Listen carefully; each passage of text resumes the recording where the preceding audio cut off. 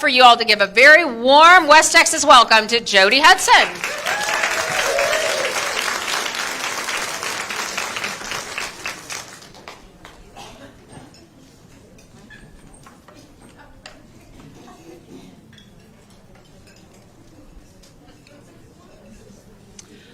So what Laura didn't mention was I had been to Lubbock before, but it was long time ago when I was working in retail. I was the training store manager for Talbot's, and I actually came out here.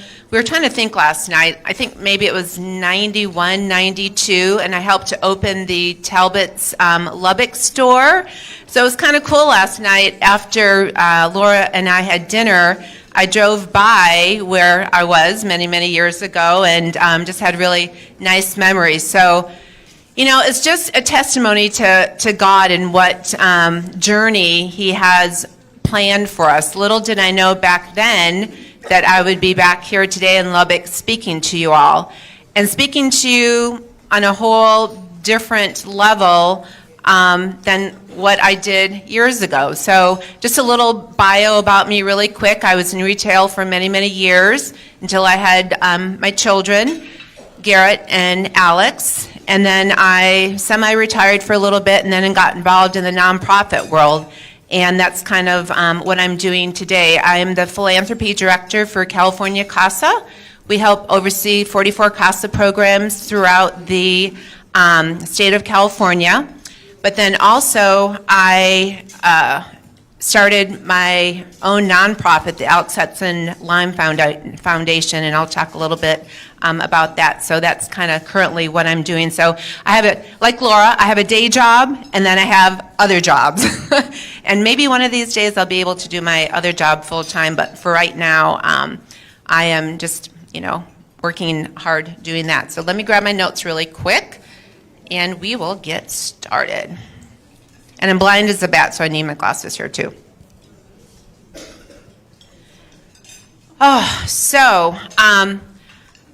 Quick raise of hands if you are comfortable with this or not. How many of you have lost a child? Just so I can get a read. And how many of you have lost a mom? Yeah.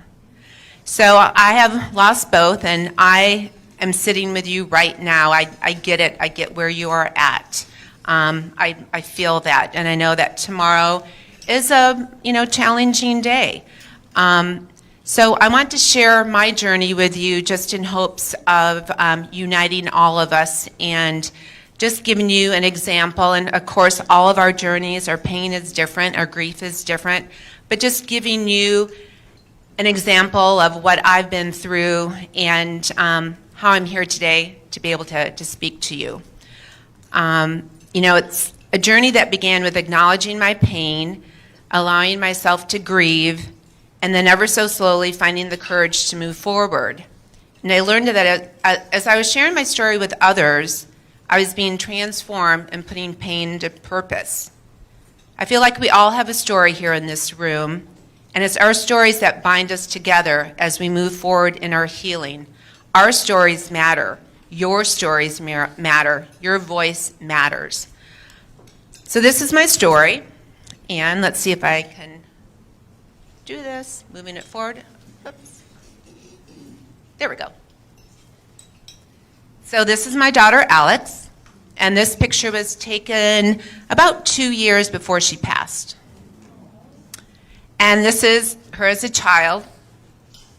So she was just a typical young gal, loved sports, loved her family, loved her brother, her big brother Garrett, her cousins, was just a great gal. And this is what transformed in her life. When Alex was in 5th grade, she started developing joint pain, inflammation, and the doctors thought, well, maybe it's just from an overworked body. She'd been playing sports her whole life. So they said, no, just tape her up, give her ibuprofen, do all of that. And she did, but it just never got any better. So fast forward to 7th grade, where she was playing basketball, And she literally dropped to her knees on the basketball court, and she had to be carried off. And we went back to the doctors. They ran more tests, went to all the best doctors, all the best facilities in California, UCLA, Stanford, you name it. And they said, Mrs. Hudson, we know that there's something wrong with Alex, but nothing's, coming through on these tests. She's just a medical mystery. So Alex just kind of sucked it up. She had knee surgery done on one of her knees, and they said that if that took, then they would do the other knee, and she just never got any better, and she really could never run after that point. So she was sidelined. She had to give up her sports. She lost her identity. It was really hard for her going through high school, just trying to identify with what her circle of friends was, what her purpose was through in high school. Because when you are attached to something like she was with sports, it was really hard for her to find herself. So she graduated through high school. She got a full ride scholarship to UCLA, but unfortunately she wasn't able to use it because she started getting really debilitated. She started developing digestive problems. As you can see in this picture here, she started losing weight. She was getting down to like 90 pounds, and here she was 5'6", so that was very alarming. And a lot of people, you judge a book sometimes by its cover, and unfortunately with her, people were judging her and thinking she had an eating disorder. We had no idea, what was going on. And it was really, really tough on her. She still wanted a college experience, so she ended up going to a community college while we were still working on trying to figure out what was wrong with her. And it was actually in 2017 that Alex, after all these doctors that we had gone through, Alex finally found the 40th doctor that was down in LA. And when we went and saw him and sat down for about a half hour, within that half hour, he said, Mrs. Hudson, has anybody talked to you about Lyme disease? And I'm like, Lyme disease? What's Lyme disease? And sure enough, he took a test, and a couple weeks later, she found out that she had Lyme disease. So Alex and I began this cross-country journey to heal her. I was divorced from her dad at that time. This is 2017. I was working single parent, and I was just trying to do everything that I could to get her better. But like I said, this medical mystery had been going on for about 10 years. So this Lyme, for those of you that aren't aware of what Lyme disease is a tick-borne illness. And once it gets inside your body, it just creates havoc. It's like a, bacteria that just kind of affects all parts of your body. So she had this living with her for 10 years, and by the time that we finally figured out the diagnosis, we just could never get a leg up on it. Unfortunately, most Lyme treatment is not covered by insurance, so that year I spent over $100,000 just trying to get my daughter to be better. I sold her car. I just did whatever I could to, find a treatment. But unfortunately, we just couldn't get a leg up on that. It was December of 2017, and I remember being in my home and just feeling so frustrated, like, God, like, what is going on here? Why can I not get my daughter better? I mean, you identify with this as parents. We're fix-it people, right? Like, if our child has a problem, we're going to fix it. And that's the mode that I was in with Alex. And I just couldn't fix this problem, and it was driving me crazy. And I'm pouring into my faith, and Alex is rediscovering her faith. We're doing all this stuff, which I talk about in the book in great detail. And nothing was getting better. So I knew I needed just to take a pause, take a moment. So I went in the back where Alex was, in the back bedroom, because at this point she was pretty much bedridden. She was down to, I think, maybe 70 pounds by then. And I said, Alex, I'll be right back. I'm going to go run and do an errand. while I didn't run and do an errand, what I basically did was I got in the car and I was just like having this conversation with God. And I pulled over and I was sobbing, I was crying, I was banging on the dashboard. Has anyone felt that way before? You're just like so frustrated, like you need to get this out of you, and like, how do you do it? And so I was just frustrated, and I'm like, why, God? Like, why? Take me. Like, don't do this to my daughter. Take me. Let me change places. And I just cried it out, and then I came to my senses, and I'm like, oh, all right, let's go back home. You can do this, Jody. So I walked back into the home, and I started dusting, and I looked outside our courtyard window, and I saw this bluebird on this fountain, and I was like, oh, it just brought me peace. It just kind of centered me. So I went back into Alex's bedroom, and I'm like, Alex, I go, did you notice that bluebird out there? She's like, yeah, Mom, I see it every day at 3 o'clock. And, right, 3 o'clock. And I said, well, how does that make you feel? And she said, well, when I see that bluebird, she goes, I know that God is still with me and that I'm not alone.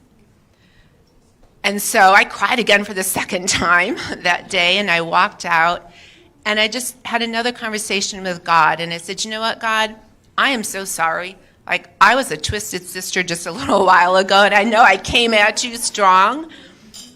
But thank you for showing me through this bluebird and through my daughter, like you are always there with me. Like it's going to be okay. Whatever happens, I know it's going to be okay. And just really quick, I'm going to zag for a moment. Yesterday when I came in and Laura picked me up at the airport and brought me into this room, and I saw the bluebird, and I saw the bird house, and the bluebird, what I just talked about right now, I was like, wow, God, this is like really where I'm supposed to be. I just felt like this overwhelming peace and grace. So, it's funny, like people always say, oh, Jody, when we hear you, speak, you're such a blessing, but no, like you guys are the blessing today for me. And Laura, you are the blessing for like going that extra step and just in the detail. And like Alex is with me today. So thank you so much for that beautiful, beautiful reminder. Oh, all right, I got to see my time here because I could talk forever. So that was December of 2017. And as you can see, I was trying to control the storyline even back then, right? Because I'm a type A person, if you haven't figured that out. I know, Laura, you're a type A. There's a lot of type A's, I'm sure, in this room, where we always want to let control the situation. And I just had not learned yet to surrender my will to God. Like, I wanted to fix it, but I really needed to dive in and just let him do what he is going to do, right? So fast forward to March 24th of 2018. This was Alex's last day here on earth, and I didn't know it was going to be her last day. 4 of my friends, lovingly called the aunties, came over that day. One of my girlfriends first came over, and she's like, hey, she goes, I just got back into town. Can we pray with you? I'm like, yes, that would be great. Because at this point, again, I've been on this cross-country journey trying to figure out what was wrong with her, and I think I had just resigned myself to the fact that I'm not going to be able to figure this out. Now, fast forward to today, there's a lot more Lyme treatment, a lot more help with that, but at that point, we just were kind of on our own. So my girlfriend came over, and she said, you know what, I'm going to call our other friends over, and let's just do a little prayer vigil with Alex. So we went into the back room, and Alex was kind of like in and out of things at this point, and we all started having our moment with Alex, just talking about special things, special memories. And when it came time for my turn, I just remember sitting there and, lovingly patting Alex's hair and just telling her how much I loved her. And I knew at that point what I needed to do. And I knew I needed to let her go, as hard as it was. And I'm sorry if I'm bringing you tears. I promise by the end of my talk it will be good, but I'm just going there, right? So I lovingly was patting her and letting her go and telling her, Alex, it's okay. Like, you can go. I know where you're supposed to be. And at our table earlier, we were talking about dogs and how funny that our conversation centered on dogs, because Alex's best friend, other than her brother, was her dog named Buddy, a golden retriever, and he had passed earlier, a couple years earlier. And I told her, I said, you can go be with Buddy now. Like, you guys can play, you can, have fun again. And so at that moment, she lifted her head up from her pillow, and she opened up her eyes and had this biggest smile on her face. And then she closed her eyes and laid her head back on her pillow, and she passed. And it was beautiful. Like, as sad as it was beautiful, because as we are all faith believers, my daughter showed me in that moment where she was going and where I was going to be going too. And so it was like her parting gift to me. It was like, Mom, don't worry, okay? You've got this, I've got this. I'm just going a little bit before you, but you will be there. And so for those of you that have lost children and you didn't get that closure, you didn't have that parting gift, my heart bleeds for you. Because I think that's how I was able to move forward. Because she propelled me, she pushed me into that, moment. But I want to acknowledge those that didn't have that, because I know that's hard, and I'm so, so sorry. So it wasn't until a couple of days later that I was able to process all of this. It's like I understood that in my greatest moment of pain, Alex had given me the greatest gift of all, which was a parting gift to me. And as I said, God used that moment to reassure me that through my child's eyes, she was going to be okay. That where she is going is where we're all going to be one day. And in her, as I told Laura yesterday, she passed when she was 22 years old. And sometimes, yes, I'm human. I get jealous. I'm not going to have the weddings. I'm not going to have the things that moms and daughters get to look forward to. But how blessed I was that in 22 years of her life, she accomplished so much that God's like, good job, faithful servant, right? You get to come home. Your mom, on the other hand, she's going to be here for a while because she's got work to do. I'm like, thanks, God. Yes, I know. I'm working on it. So anyway, that was, like I said, the parting gift. So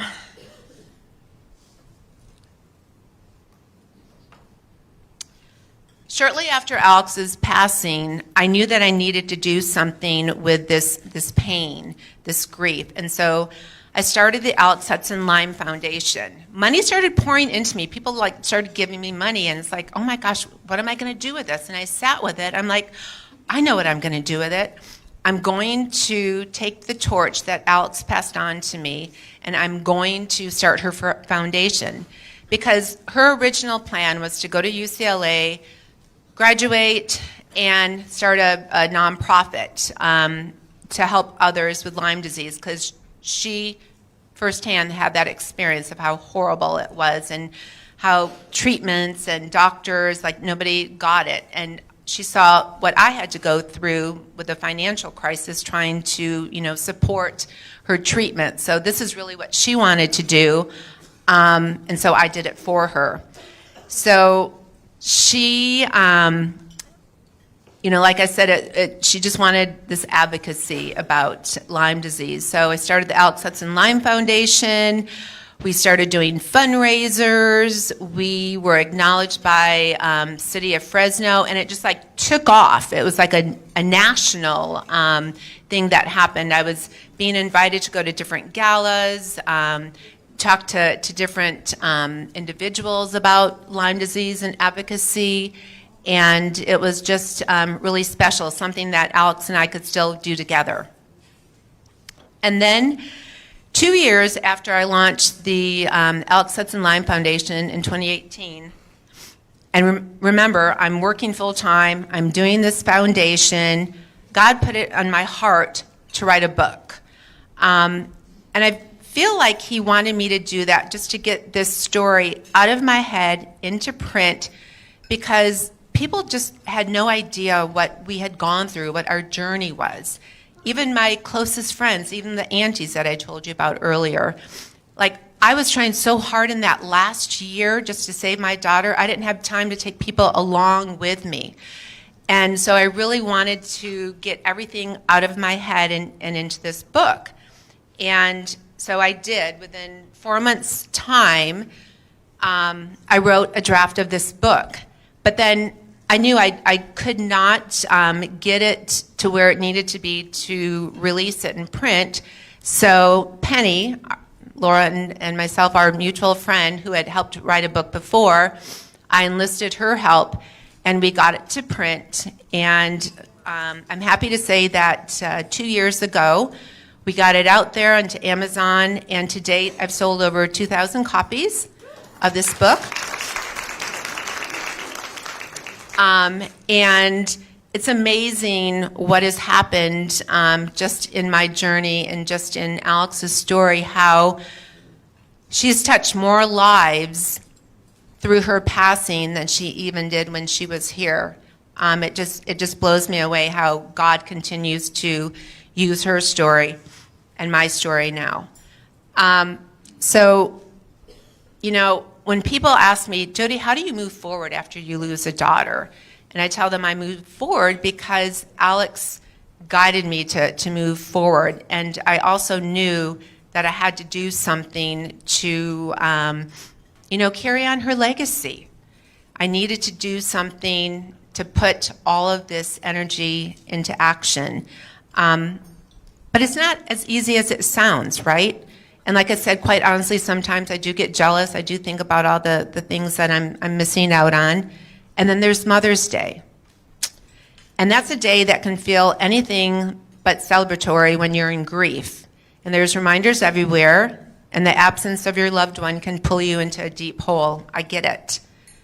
And for me, Mother's Day is like this electricity. It's a current. Like I see it all around me, but sometimes I just don't feel connected to it any longer.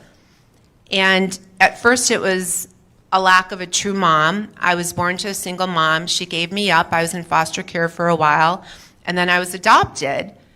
But I was adopted into a home where both parents had alcoholism. So I kind of had most of my childhood trying to forget about my childhood. And I missed out on that mom experience. And for you ladies over there, I think that is so awesome. I love the fact that you brought your mom's pictures and you had that relationship and that closeness. That's something that I always wanted. And, I was able to have that with my own children. So even though I didn't have it growing up, God blessed me because I was able to have that mother experience. And so Mother's Day is tough. It's tough on us for sure. So, I get it, and I get that emptiness that what you feel when it comes to Mother's Day. And in the beginning, I just wanted to forget sometimes that Mother's Day even existed. But then my friends reminded me, well, that's doing a disservice to your children, to Garrett and to Alex, right? So I kind of figured out some tips that helped me navigate through the day. And I just want to share these with you.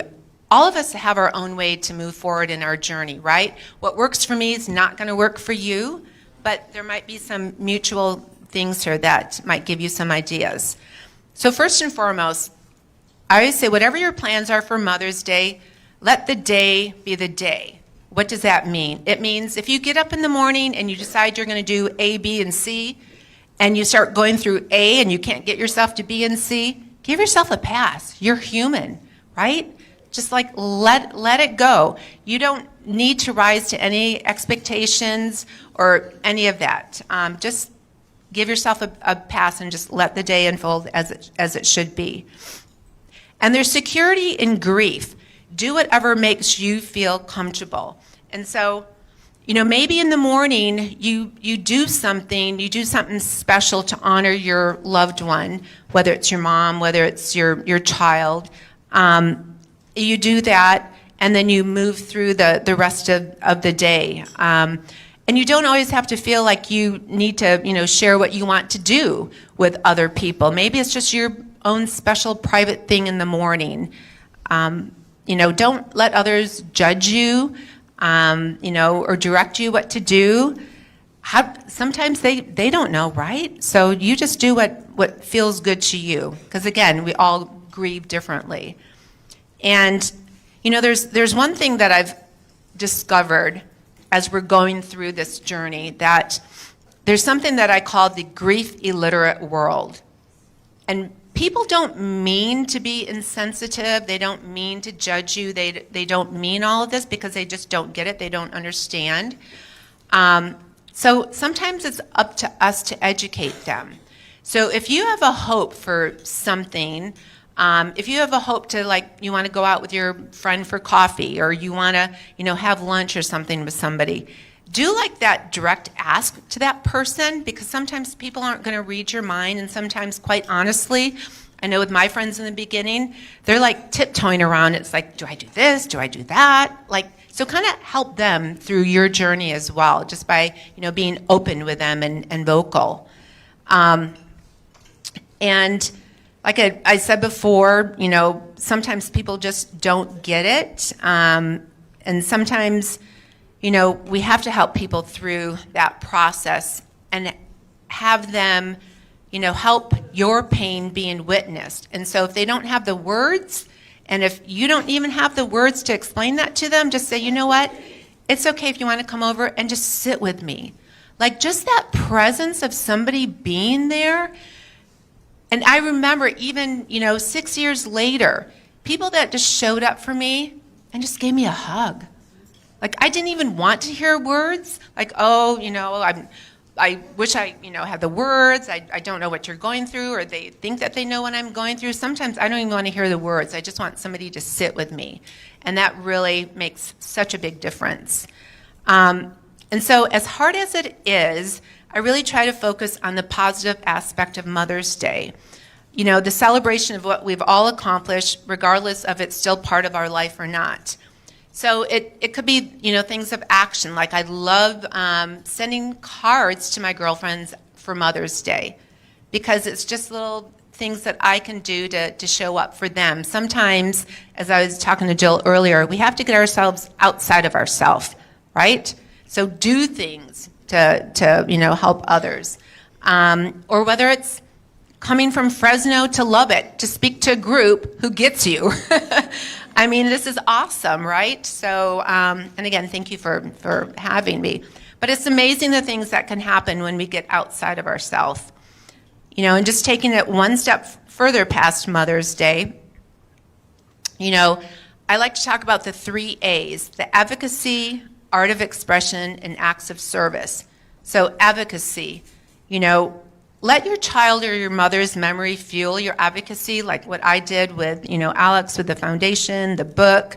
I also, on her 1-year anniversary, planted a tree in the park that she liked to go to all the time.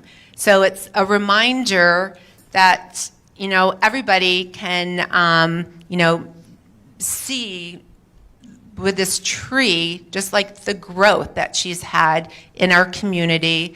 And it's just a great reflection area for me. So, there are things that you can do with that advocacy.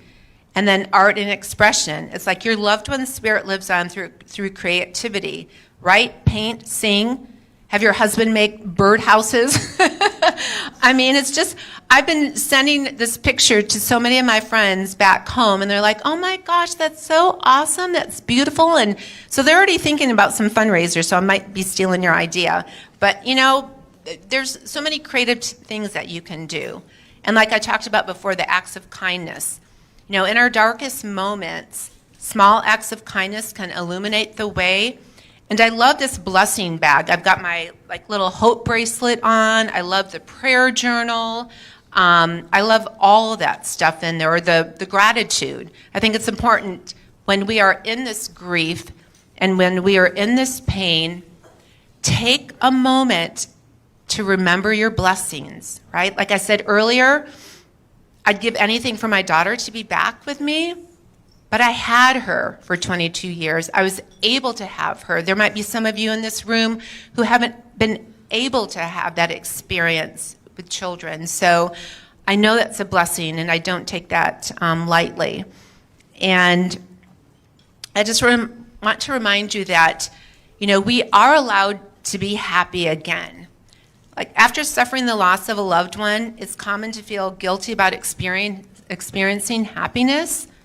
Like how many of you have whoops, there goes my timer. Couple more minutes, am I okay? Okay. How many of you have felt guilty for actually like laughing or smiling after the loss of your mom or your child? Like I had to check myself and I'm like, no, Jody, like you can be happy again. And I found like after I lost Alex and I would do interviews and I would do different things with her foundation, I would tell people, I don't want to be defined as the grief girl. Like to me, that just doesn't seem right. Like I want to be able to show up for people still. I want to be able to, inspire people. I want to be able to show God's goodness through me. Like I want to be that light. I want to receive what he's giving me and then pour it out. Because as I'm pouring it out into others, I'm getting so much more back in return. So, smile, laugh, enjoy life. And you have to remember too, especially in my case, I still have a son. Like I have to show up for him. It's not fair for me to wallow in all this and forget about him. And I know when I was starting her foundation and when I was writing this book, I look back on that and you know what? I had to apologize to my son a while ago because I was so fixated on this, I forgot about him. So you got to make sure that you're still showing up for others in your life. Because, my smile is for Alex just as much as my sorrow is. And 6 years later, I have much more happiness and joy for sure, but I still do cry at moments. So I understand that whole process is still, your emotions are still all going to be out of whack, but really try and focus on the happy things and the blessings. And it's funny, this morning, before I came here, I was going over my speech, and I always say to God, like, you know what, God, let your words, fill my heart, fill my message, get me out of the picture, right? It's like ego, like, edging God out. It's like I need to make sure that I'm always bringing him into these conversations. So I have all these pages here, and some of the stuff, yes, I actually said what I was going to say, but there's other things that he just speaks into me. And at that moment, as I was praying, I heard Torrin Wells' song, God's Not Done With You. Does anybody know that song?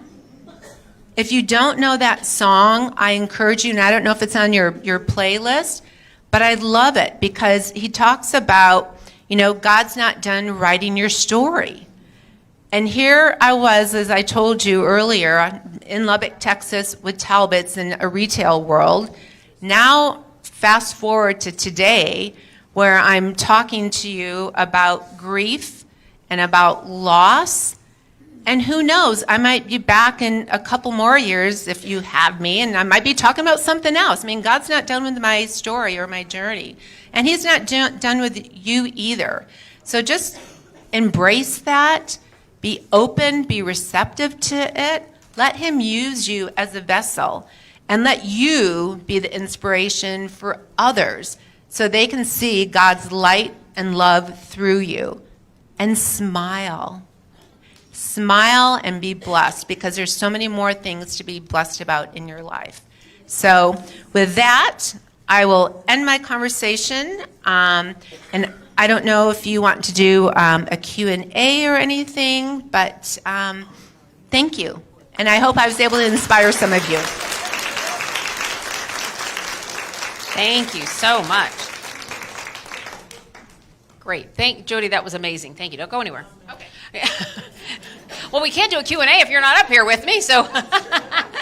Okay, so the first question, how many of you had any knowledge of Lyme disease, or, like you feel like you know a little bit about it? I feel like we could do a little educating on that. So she mentioned what Lyme disease is, but part of what Jody mentioned is an advocacy. So I think part of what you want to do with your foundation is educate people to know what to look for, because Alex was sick for many, many years with all these different symptoms and nobody could ever figure out what it was. So I think maybe part of your mission is to help educate people, so if they have a loved one or themselves who has these mysterious symptoms, you might know what to look for.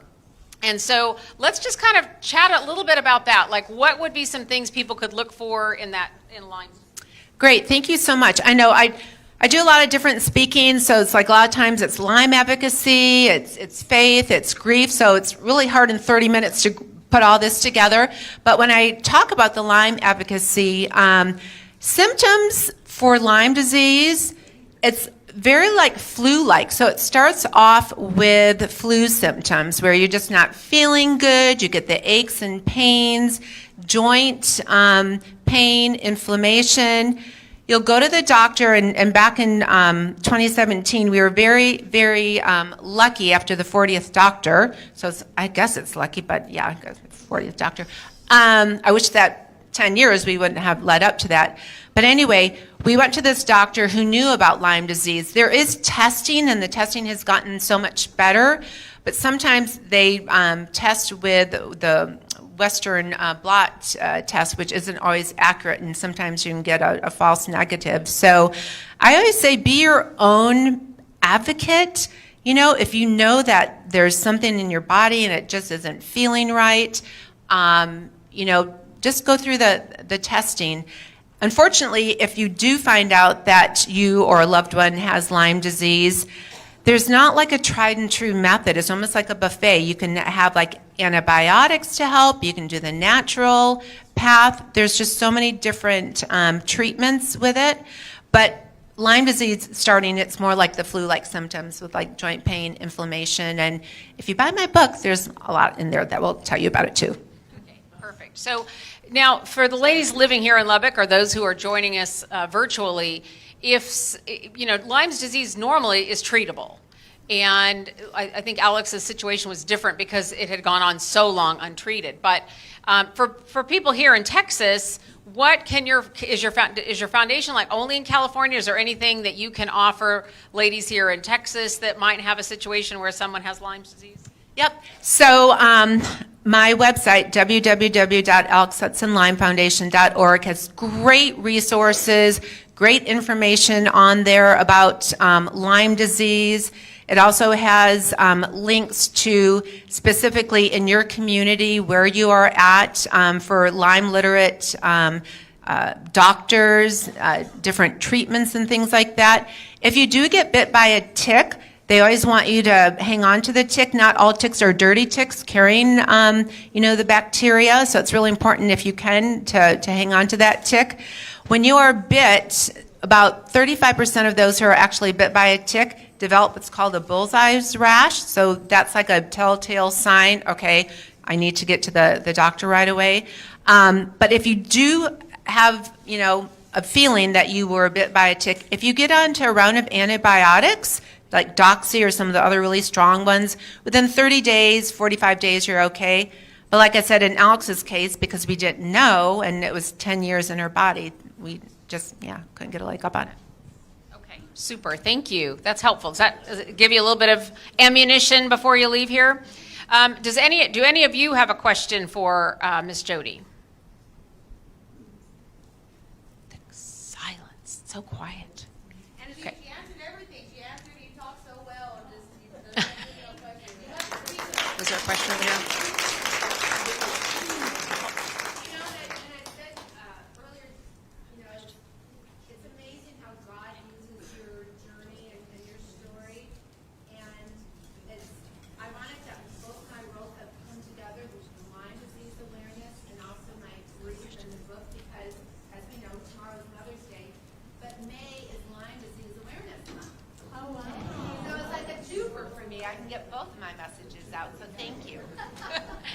Sorry, I ran off with the microphone. That was silly.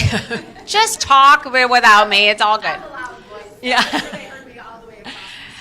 We did have a question over here, and that question was, if someone is bit by a tick and it is carrying Lyme disease, do symptoms often start right away, or could it be months, years later before symptoms start showing up? So the flu-like symptoms will start right away. So that's like, just not feeling good, achy and everything. The joint pain and inflammation, that comes much later if it has not been treated. And then like in Alex's case, it can impact your digestive system where, she was 5'6", weighed 120 pounds when she was healthy. This is alarming, when she passed, she weighed 70 pounds. So that's what it can do to your system. Okay, thank you. Anybody else? Any other questions? Doesn't have to be Lyme disease related, but anything? How much is your book? $20 and all the proceeds go to the Alex Hudson Lyme Foundation. Thank you so much for asking. And my new friend over here has a question. It is?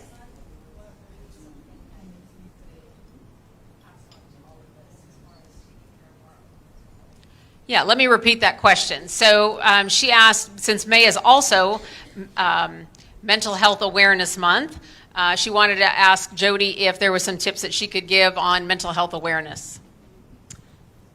So that's a really great question because when a lot of people get Lyme disease, it also affects them, obviously, emotionally, mentally.